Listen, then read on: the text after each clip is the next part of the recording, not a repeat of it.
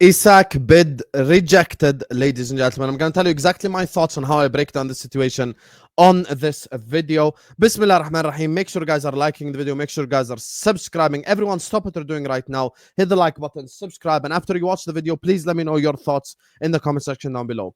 Look, let's just get straight into it. Let's just read together Ben Jacobs' tweet, and then we're going to analyze everything with each other. Breaking: Liverpool have no plans as it stands to bid again for Isak this window. Nature of Newcastle's rebuttal means Liverpool will not follow up with a second offer, regarded as futile unless Newcastle change their stance and contact Liverpool. Offer rejected at £110 million. So that's first and foremost the Ben Jacobs tweet. Let's read next the Paul Joyce tweet. This is the Paul Joyce information.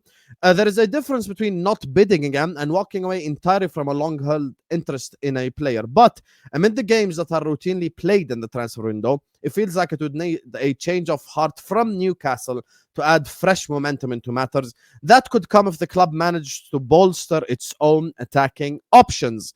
And then, thirdly, this is who we're going to go to after we're on those two tweets. Let's go to Dave O'Cop. Exclusive.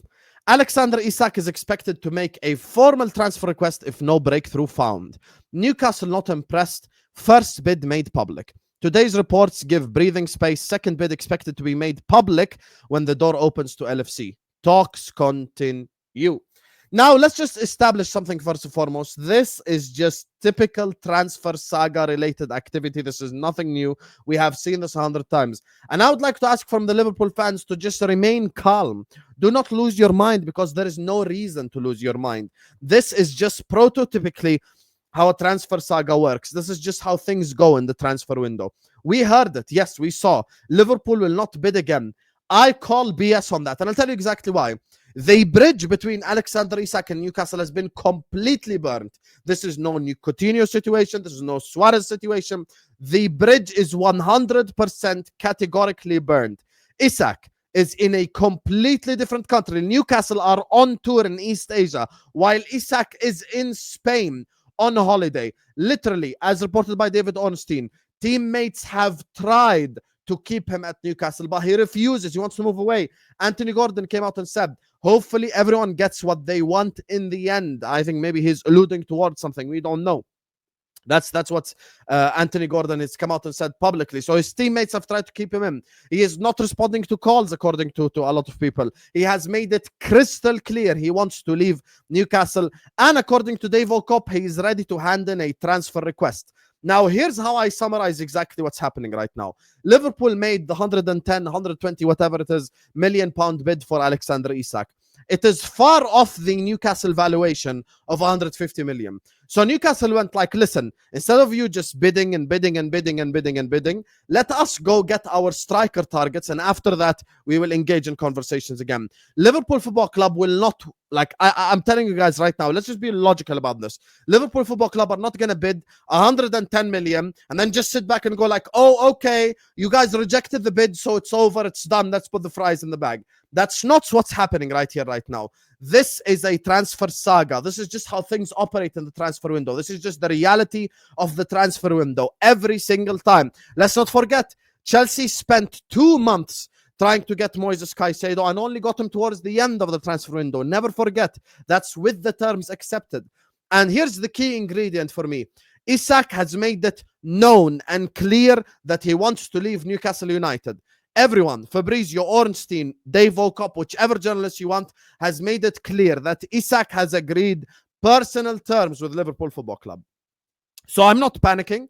I'm not losing my mind. I'm not sat here going like, oh my God, this is bad news. This is over. Isak is going to stay at Newcastle. I'm not at that level. And I have obvious logical reasons to say that. Like I said, the bridge between Isak and Newcastle is completely burned. And if you talk about Newcastle this transfer window, you qualify for Champions League football and your only signing, where in the month of August, is Anthony Elanga. That's your only signing. By the way, just so you guys know, Newcastle are operating without even a sporting director this transfer window. It's called Amateur Hour currently at Newcastle. Eddie Howe and his brother are doing transfers. So Isak is like, wait a minute. We qualify for the UEFA Champions League. We do our best on the football pitch. We're a Champions League club. We're signing Anthony Elanga. And that's it. We're sat there doing nothing while all the others around us are strengthening. Chelsea have strengthened, Arsenal have strengthened, City, Liverpool, same. While you look at Liverpool, signed Kirkus, signed Frimpong, signed Ekitike, signed Florian Wirtz, links to Rodrygo, links to Mark Guehi. As you can see, Liverpool are going heavy and strong in this transfer window. And that's why, for me, I have no reason to panic. I have no reason to lose it. You guys know me. I'm always up for a rant if there is a reason to rant. But for me right now, there is literally no reason to rant. Why should we rant? For what? This is just typical transfer window activity. This is just typical what happens in a transfer window. This ain't nothing new. This is just prototypical transfer window activity. Oh, by the way, first bid got rejected. Well, guess what? Florian Wirtz's first bid got rejected and the second bid got rejected. The third one, I believe, or the fourth one got accepted, and then he became a Liverpool player. We all remember at the start, I was like, oh, by the way, Hussam, reject pool, ha ha ha, liver no pull, ha ha ha. Well, guess what? Liver pulled. So now what? He signed a contract in the end. And the thing that everyone needs to understand is, if this happened with like a Rodrygo, I'd get it. But Isak has kicked way too much of a fuss, has done a lot for there to be a bridge to be built back. He is in Sociedad as the entirety of his club managers and players and people in office are in East Asia on tour. The guy literally refused to go on tour. He is not even using the training facilities. He's even training on his own. Everything that's happening leads towards, I believe, this is what's going to happen. Isak hands in a transfer request. Newcastle get their positive PR spins for their fans. You know, by the way, guys, we tried our best. We rejected the bid, but Isak has insisted. He's handed in a transfer request. He refused to show up to training. You know, the prototypical stuff that any club would say when one of their players is going. This is just the prototypical stuff. You know, they're doing all this just so far in the end, when Isak joins Liverpool, they're going to go like, oh yeah, guys, we tried our best, you know, but the guy handed in a transfer request. He didn't show up to training. He didn't pick up the phone call. He made it clear, yada, yada, yada, yada. And I think an agreement will be reached. I believe that I stick by to my guns. To what everything I'm saying, I think we will agree a deal. I think the interest is way too long. This saga has been going on for way too long for us to just step out and keep it stepping. Like, there is obviously interest. We're 100% interested. And I refuse to believe that Liverpool are just going to make one bid and then sit back and do nothing.